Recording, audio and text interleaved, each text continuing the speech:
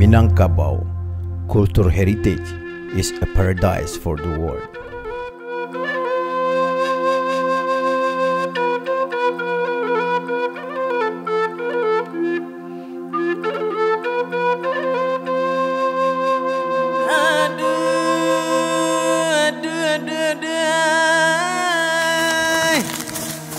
Alam tak kembang menjadi guru.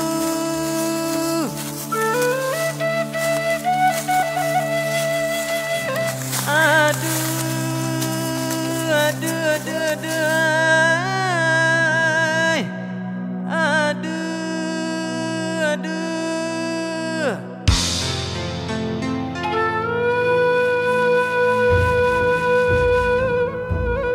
Indonesia merupakan negara kepulauan terbesar di dunia. Memiliki 34 provinsi yang mewariskan budaya yang terus berkembang selama berabad-abad di sekitar Khatulistiwa.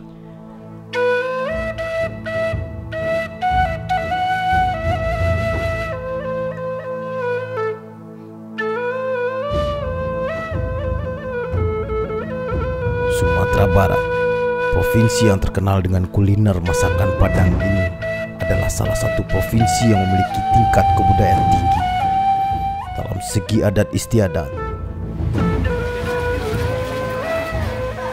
bahasa daerah, rumah adat, serta kesenian dan tarian adat.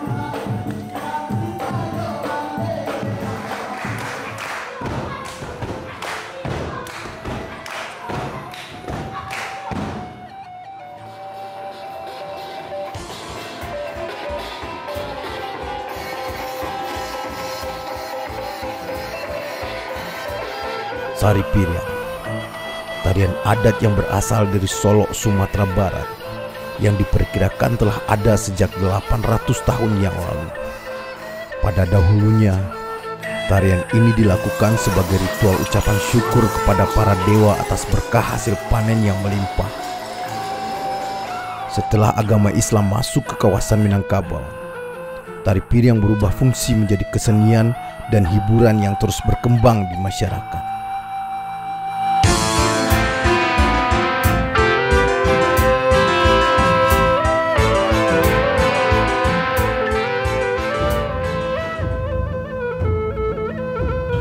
Assalamualaikum warahmatullahi wabarakatuh. Saya nama Haji Muhammad Rusli, Gelar Malin Maharaja Khatib Sulaiman. Jabatan saya adalah selaku Ketua Lembaga Kerapatan Adat Alam Minangkabau Kota Solok. Ambo akan menyampaikan hal-hal yang menyangkut dengan negeri Solok. Tidak tercatat di dalam angka sejarah dan tidak tercatat dalam tahun dan tanggal yang tertentu. Bahasa orang Solok pada awalnya adalah berasal dari Pariangan Padang Panjang. Masa dulu kala, pada tahun yang tidak diketahui oleh siapapun, maka turunlah nenek dari Pariangan Padang Panjang berjalan arah Bukit Padang Seribu-ribu arah ke timur Danau Singkara. Kemudian sampai di Tanjung Balik, sampai di Peninjauan, sampai di Lipan, baru ke Taluk ke Tanjung Paku, baru tiba di Solok. Masa itu negeri Solok dalam Kadari Moraiwa. Kemudian negeri laba tambah rami, orang laba tambah banyak, laba dirilah nenek mama jo alim ulama. Maka bupakailah nenek Parpatiah dan Sabatang jo nenek mama nan ado di waktu itu di Batunan 7 nan talatak kini di 9 korong membuat negari Solok. Sebelum Solok banagari adalah Bakoto, Batarata, badusun, bakampung baru Banagari. Lah rami orang tinggal di Solo, lah berdatangan orang dari suak kita muka belakang, dan dari bawahnya lah naik, dan dari jatihannya lah turun. Maka sepakai lah nenek mama jo nak nagari adalah menghidupkan ekonomi rakyat. Nanti karajokan dia anak nagari, nang kari yang dijadikan gurun, dan basah dijadikan sawah. Berdirilah sawah Solo. 16 Desember 1970 dengan dikeluarkan Peraturan Menteri Dalam Negeri Nomor 8 tahun 1970. Kota Solok diresmikan oleh Menteri Dalam Negeri pada saat itu dijabat oleh Amir Mahmud dan mengangkat Dr. Andes Hasan Basri sebagai pejabat kepala daerah yang pertama. Di Kota Solo ada kesenian anak nagari mungkin tidak dimiliki oleh daerah lain. Yang pertama adalah tari piring yang jatuh karambia berkulit. Itu kegiatannya dilaksanakan di payo di Tanah Harap. Apa filsafatnya? Filsafatnya walaupun awak bisa berjoget di Nandata, tapi jangan lupa di hadapan awak akan banyak kerikil-kerikil yang harus kita hadapi. Jadi hidup tidak lebih daripada kehati-hatian. Tak dimbawakan luang lama di awak ketujuh dak orang. Kemudian di Gurumbagan Keluaran Mesuku ada pula kesenian anak nagari mungkin tidak dimiliki oleh daerah lain. Itu batari piring di atas kepalanya ada lampu toko. Apa bahasanya? Bajogetlah di Nandata, bajalalah di Narancak. Kemana kita akan pergi? Apa saja masalah yang kita selesaikan, tapi ada cahaya memancar dari atas yang akan bisa menyelesaikan segala sesuatu yang tidak bisa diselesaikan.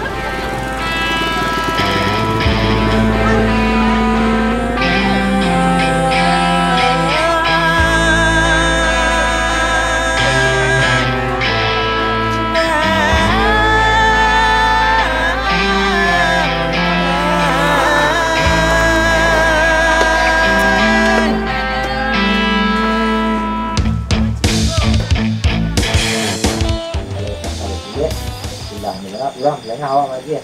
Kalau mencaknya yang aku lagi lu. Ini gitu nak hak, dan lagi. Ini nanti ini gitu bang, baru tak kalau yang. Jadi enggak kalau itu kan yang awak ada.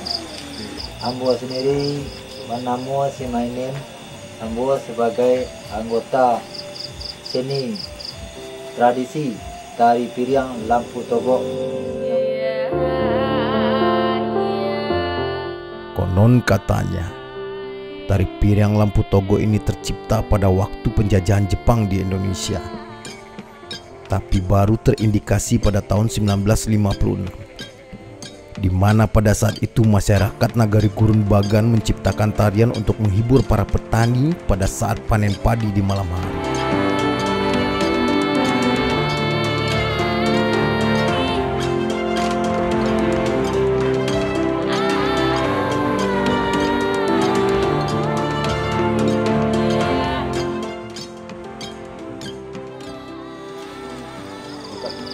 Kalau sejarah lampu togok kan dari dulu ambo terima dari orang gaek yang tua-tua. Kalau waktu penjajahan di Solok ko awak orang Solok dapat hanya bakar aja saja. Kalau lah masak padi lah dipanen padi nang padi aku hanya ambil di penjajah. Awak lah payah dek ke sawah.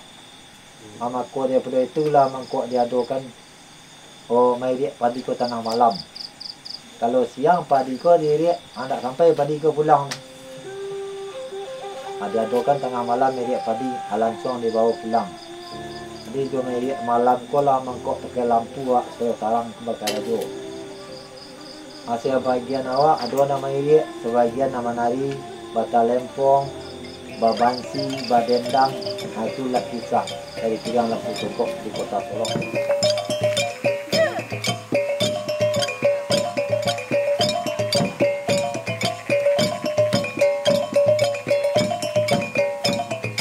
Sebenarnya yang menari piring menunjukkan lampu togokku kaitannya erat sekali dengan penjajahan dengan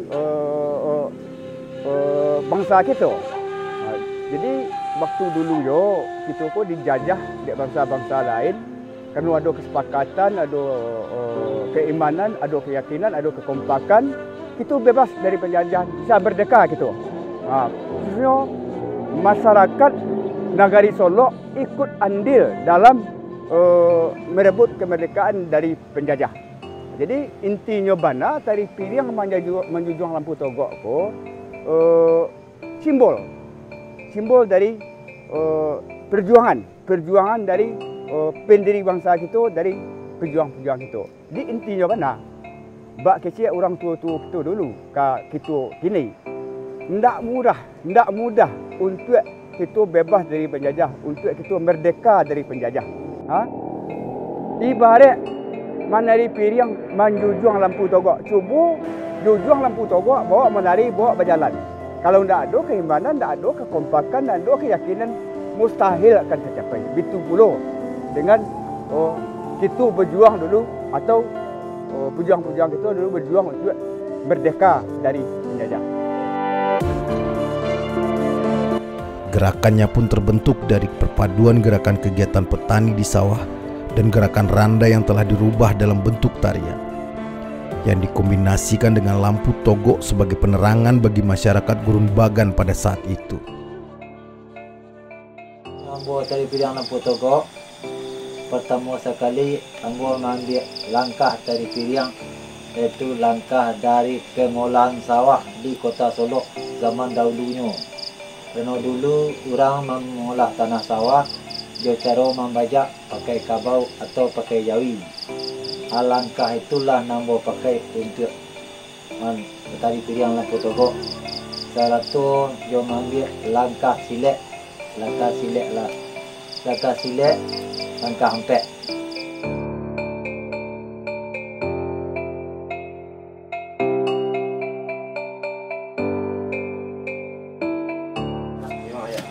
Kalau orang membajak dulu kan itu. Kalau madok ni itu. Putar kau, mari.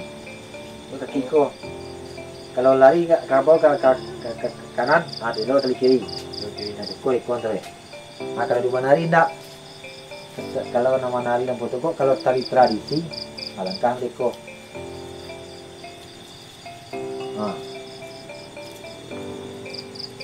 Kau tekan lama. Langkah membajak. Berarti boleh pematang putar. Bagus. Itu langkah hempek. Kalau simpi kan kau.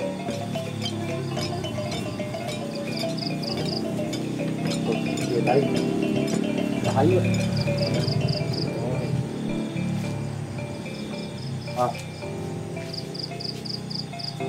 Kau lah simpi.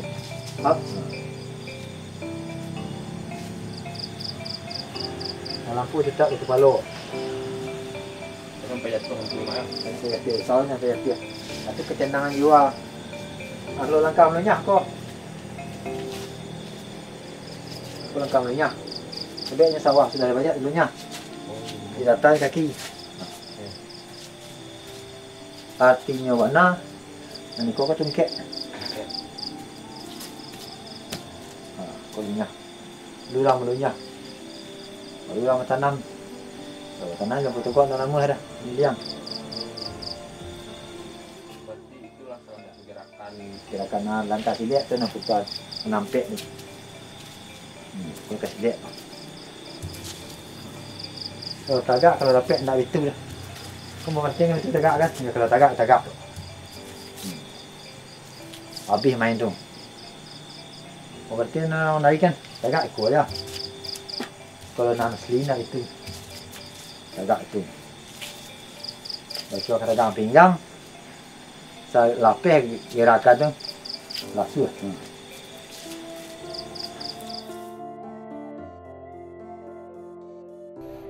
Tari Piriang lampu togok, tarian adat yang hampir punah, berasal dari daerah Gurun Bagan, Kelurahan 6 Suku, Kecamatan Lubuk Sikarah, Kota Solok, Sumatera Barat.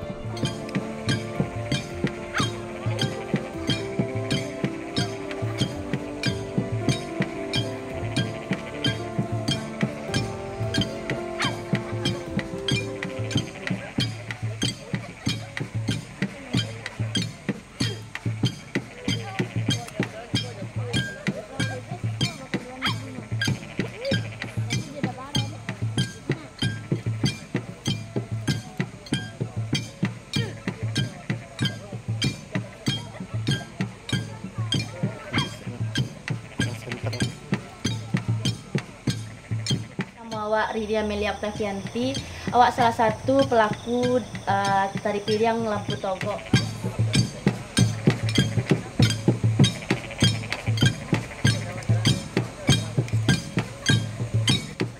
Yo disampai ikulah pertama kali awak beraja tari piring Lampu Togok. Selaku penari tari piring Lampu Togok ko, ndak niolah kesenian kami ko sampai punah. Tetap latihan tari piring Lampu Togok ko ndak pudar do. Kami semangat tari untuk mengembangkan tradisi yang ada di negari kami ko. Dulunya awak ndak suka do tari piring Lampu Togok ko karena awak berpikir tari piring Lampu Togok ko mono menurut awak. Karena gerakan-gerakan awak caliak dari pelakunya, dari gerakannya, dari musiknya, menurut awak mono. Tetapi setelah awak diajak dek guru, salah satu guru yang ada di Siko untuk bergabung dan awak tarih maliye, tarih awak perhatian, ternyata awak minat gitu untuk bergabung di tari piring Lampu Togok ko.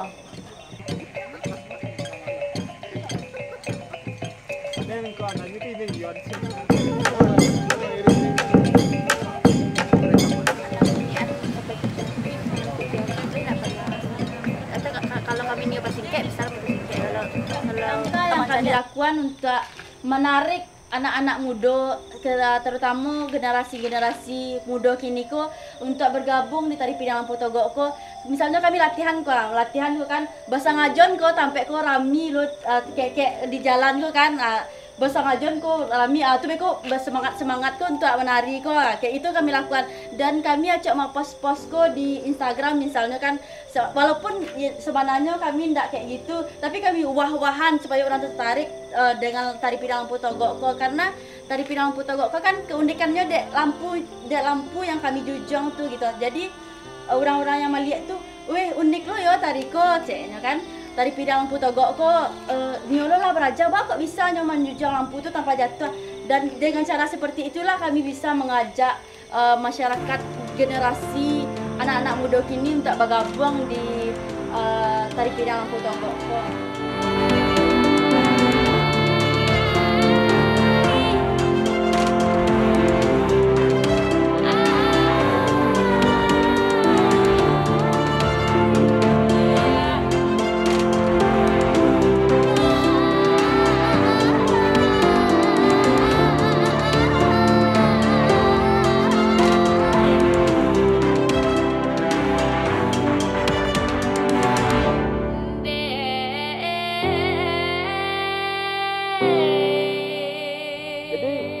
Ketakutan. Jadi kami memang takut, memang cameh tentang tari piring Lampu Togok ko bisa punah.